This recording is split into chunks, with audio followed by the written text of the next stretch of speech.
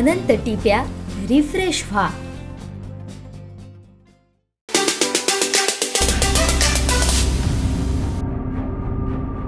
दोडामार्ग तहसीलदार इमारत गळतीबरोबरच आता अधिकारी कर्मचारी यांना गळती लागल्याचं चित्र समोर आलं आहे। अधिकारी कर्मचाऱ्यांच्या एकूण 10 जागा रिक्त असल्यानं नागरिकांना याचा नाहक त्रास सहन करावा लागतोय। दोडामार्ग तालुक्याला कोणीच वाली नाही काय असा प्रश्न आता जनतेमधून उपस्थित केला जातोय। दोडामार्ग तालुक्यातील सरकारी आस्थापने पाहिली तर सर्वच आस्थापनात अपुरा अधिकारी आणि कर्मचारी स्टाफ वर्षानुवर्ष निदर्शनास येत आहे। इथले आमदार खासदार राजकारणी मंडळींना दोडामार्ग तालुक्याचं काही सोयीसुद्धा पडलं नाही अशा संतप्त प्रतिक्रिया जनतेमधून उमटत आहेत। निवडणुका तोंडावरती आल्या की आश्वासनांचा पाऊस पडतो, मात्र प्रत्यक्षात काही दिसत नाही। म्हणून दोडामार्ग तालुक्याच्या विकासाबरोबर सरकारी आस्थापना कोलमडलेली दिसत आहे, जी संतप्त भावना नागरिक व्यक्त करत आहेत। कोकणसात लाईव्ह साठी लव परब दोडामार्ग।